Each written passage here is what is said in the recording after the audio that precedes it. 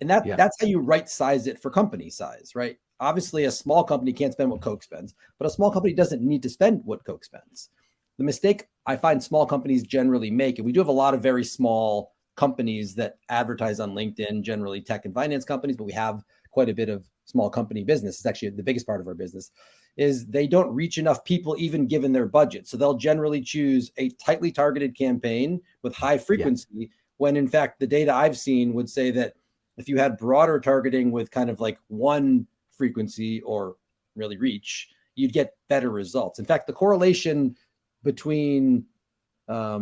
leads and reach is most strong if you look at our data. And so what that actually says is people who like the whole, I think narrative around lead gen is like I'll target a very narrow people with a lot of frequency, but the data says you should do the opposite if you want leads. You actually want broader targeting within reason, of course, for a small company, but broader targeting within reason is likely to get you your leads. And I think if you ultimately pair that broader targeting, even within lead gen, with slightly broad targeting for brand building, the Binet and Field idea of 60-40,